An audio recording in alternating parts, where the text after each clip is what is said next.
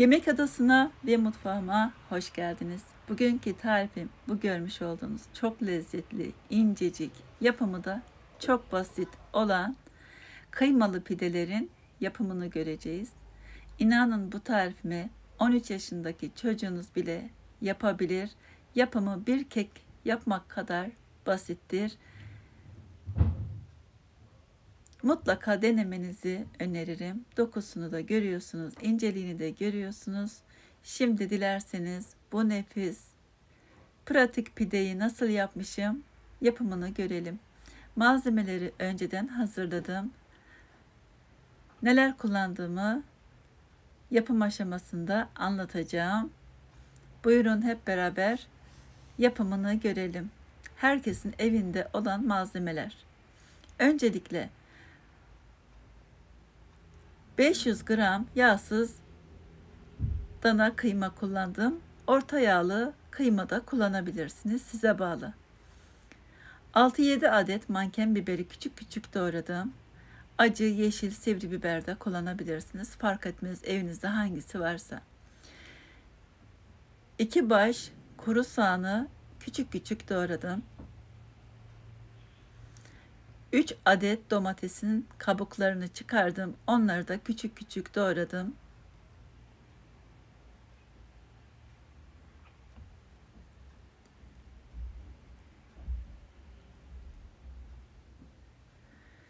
3 diş sarımsağı küçük küçük doğradım. Baharatlar kimyon, pul biber, karabiber, yeni bahar, kuru nane ve tuz. 3-4 yemek kaşığı da zeytinyağı ekledim. Baharatların miktarı size bağlı. Hepsini de videomun altına yazacağım tekrardan. Yarım demet de maydanoz yıkandı, doğrandı. Onu da ekledim. Şimdi hepsini güzelce bir karıştıralım.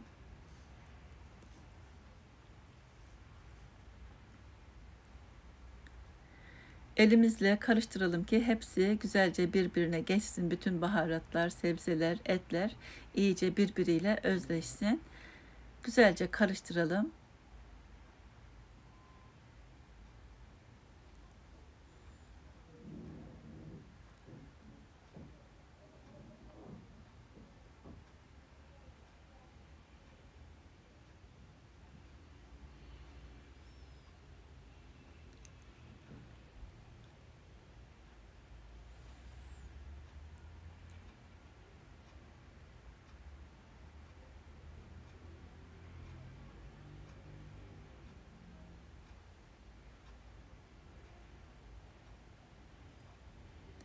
Evet, şimdi kapağını kapatalım. Buzdolabında bekletelim. Hem dinlenince çok daha lezzetli olacaktır iç harcımız. Şimdi hamurunun yapımına geçelim. Burada 2 yemek kaşığına yakın toz şeker, 1 paket kuru maya, 2 su bardağı ılık su. Suyumuzun ılık olmasına özen gösterelim. O zaman daha çabuk mayalanacaktır hamurumuz.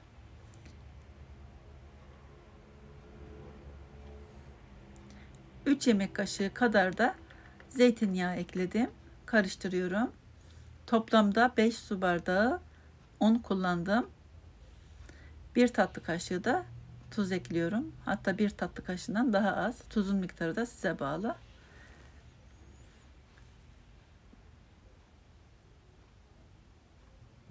İki su bardağı ılık su kullanmıştım. Onun ölçüsüyle un kullandım. Aynı bardağın ölçüsüyle tam 5 su bardağı un kullanmış oldum. Aynı bardak ölçüsünü kullanarak yapıyorum. Şimdi öncelikle bu şekilde toparlayalım hamurumuzu. Yumuşak bir hamur elde edelim. Tabi unun miktarı değişebilir ama verdiğim ölçüler garantilidir, tamdır. Bu şekilde biraz da mutfak tezgahının üzerinde 5 dakika kadar da güzelce pürüzsüz bir kıvam alana kadar hamurumuzu çok iyi yoğuralım ki daha iyi bir sonuç elde edelim. Evet, çok güzel yoğurdum. Şimdi kapağını kapatacağım. Yarım saat içinde mayalanacaktır. Evet, hamurumuz mayalandı. 2-3 katına çıktı. Şimdi alalım tekrar tezgahın üstüne. Güzelce bir yoğuralım. Havasını alalım ki ekmeğimizden maya kokusu gelmesin. Eğer yoğurmazsak maya kokar. Pidelerimiz güzel olmaz. Evet, bu şekilde havasını almış olduk. Şimdi istediğiniz büyüklükte yapabilirsiniz. Tamamen size bağlı. Ben bir mandalina büyüklüğünde parçalara kesiyorum.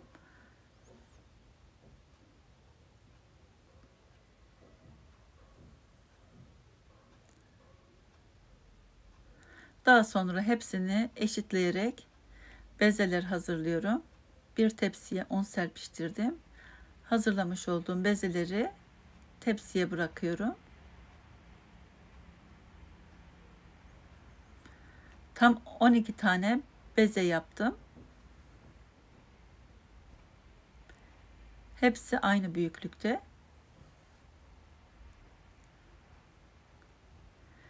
Şimdi yapım aşamasına geçelim. Tezgahımıza biraz un serpiştirdim ve gösterdiğim şekilde oval olarak hamurumuzu açıyorum.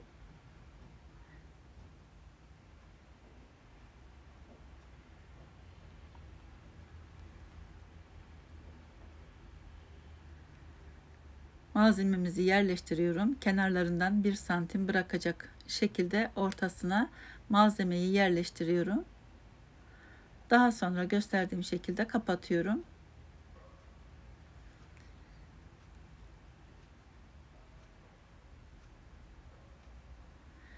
Yağlı kağıdı sermiş olduğum fırın tepsisine yerleştireceğim.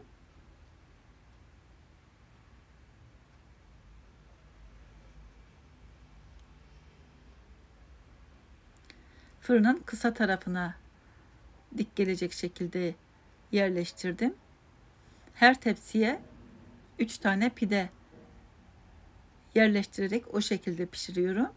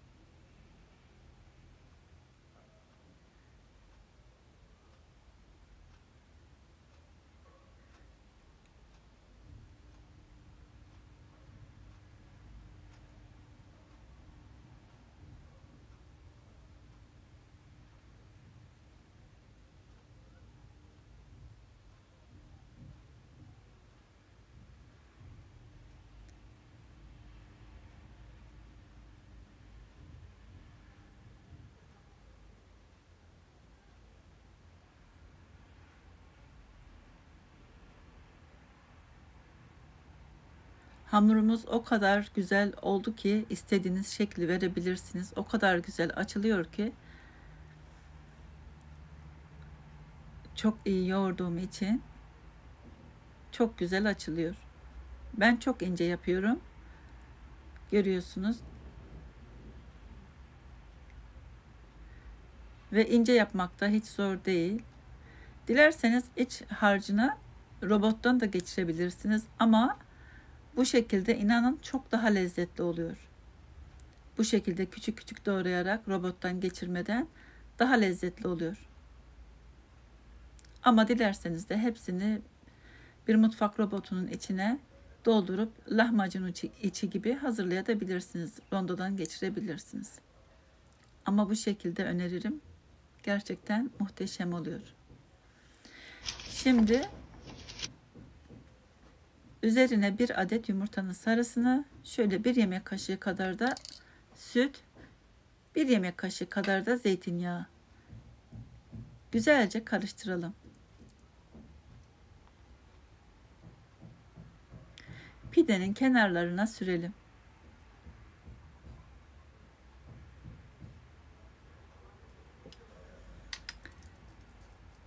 Önceden ısıtmış olduğum 180 derece fırında pişirelim. Görüntüyü görüyorsunuz. Muhteşem. Yapımı da ne kadar basit arkadaşlar. Mutlaka denemelisiniz. Çünkü çocuklar çok seviyor. Özellikle de iştahsız çocuklar çok seviyorlar. Şimdi fırındakiler pişene kadar 3 tane daha göstereceğim. Bunlar da böyle pratik bir şekilde.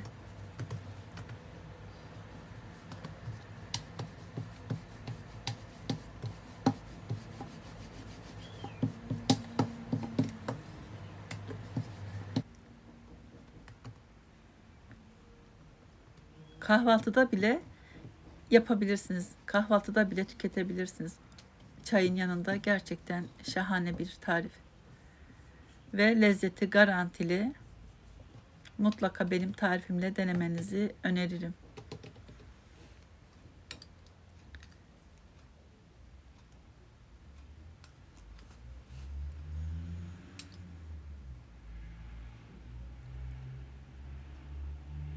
Şu anda fırından o kadar güzel kokular yayılıyor ki anlatamam. Pişti hemen hemen. Şimdi göstereceğim. Evet, bu şekilde kenarlarını kapatalım. Bakınız ne kadar basit.